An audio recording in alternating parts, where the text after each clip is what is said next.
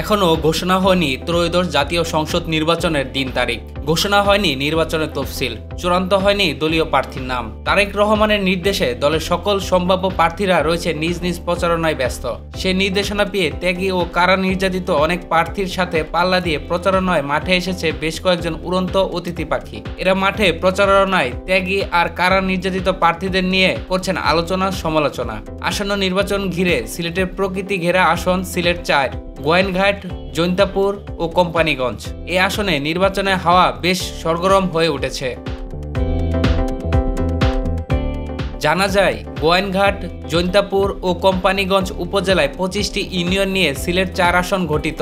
ভোটাররা মনে করছেন আগামী নির্বাচনে দীর্ঘদিনের মিত্র বিএনপি ও জামাতের মধ্যে প্রতিদ্বন্দ্বিতা হবে, এমন সমীকরণ সামনে রেখে প্রস্তুতি নিচ্ছে দল দুটি। এই আসনে বিএনপির মনোনয়ন প্রত্যাশী রয়েছেন। বিএনপির সম্ভাব্য প্রার্থী হিসেবে যাদের নাম আলোচিত হচ্ছেন তাদের মধ্যে রয়েছেন সিলেট মহানগর বিএনপির সাবেক নির্বাচিত সাধারণ সম্পাদক ও বর্তমান কমিটির অন্যতম সদস্য কারা নির্যাতিত নেতা বদরুজ্জামান সেলিম। তিনি তৃণমূল বিএনপির নেতা হিসেবে সর্বমহলে পরিচিত। আরেক প্রার্থী হচ্ছেন সিলেট সিটি কর্পোরেশনের সাবেক মেয়র ও বিএনপি চেয়ারপারসন উপদেষ্টা আরিফুল হক চৌধুরী। তিনি সিলেট-৪ থেকে নির্বাচনের ঘোষণা দিয়েছিলেন, কিন্তু শেষ পর্যন্ত তিনি সিলেট সিটি কর্পোরেশন নির্বাচন করবেন বলে দলীয় একাধিক সূত্র নিশ্চিত করেছে। এজন্যই বিএনপির মাঠে অভিজ্ঞ খেলোয়াড়। বারবার নির্যাতন, নিপীড়ন, মামলার পর বিএনপি আদর্শ থেকে সরে যায়নি। আরেক প্রার্থী হচ্ছেন সিলেট জেলা বিএনপি সাবেক সভাপতি, গোয়াইনঘাট উপজেলা পরিষদের 2 বারের সাবেক চেয়ারম্যান আব্দুল হাকিম চৌধুরী। তবে হাকিম চৌধুরীকে নিয়ে তৃণমূল বিএনপি কর্মীদের মাঝে রয়েছে মিশ্র প্রতিক্রিয়া।